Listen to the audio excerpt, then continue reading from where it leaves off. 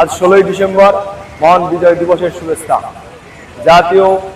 চট্টগ্রামের জাতীয় বিপ্লবী উদ্যান থেকে দেশ ও প্রবাসী সবাইকে জানাচ্ছি বিজয় দিবসের শুভেচ্ছা।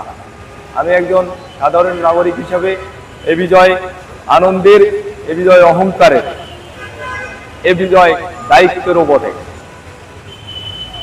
আমরা একজন সাধারণ মানুষ হিসেবে আমি একটি কথা বলতে চাই থেকে এখানে জাতীয় উদ্যানে যে আমরা পুষ্পস্তবক অর্পণ করলাম, এবং সেই সাথে আমি আজকে বলতে চাই, আমি আসলে কোনো একজন সাধারণ মানুষ হিসেবে বলতে চাই, আপনি যদি রাষ্ট্র বোঝেন, আপনি যদি রাষ্ট্রের অর্থনীতি বোঝেন, তাহলে এই মুহূর্তে এই দেশে বাংলাদেশ জাতীয়তাবাদী দল বিএনপিকে অবশ্যই রাষ্ট্র ক্ষমতায় দেখতে হবে, এবং এটি আপনি একজন সাধারণ মানুষ হিসেবে এটি আপনার নৈতিক দায়িত্ব থাকবে যে আগামী 13 জাতীয় সংসদ নির্বাচনে জাতীয়তাবাদী দল বিএনপিকে ধানের শীষ প্রতীকে ভোট দিয়ে রাষ্ট্র পরিচালনার দায়িত্ব দিবেন।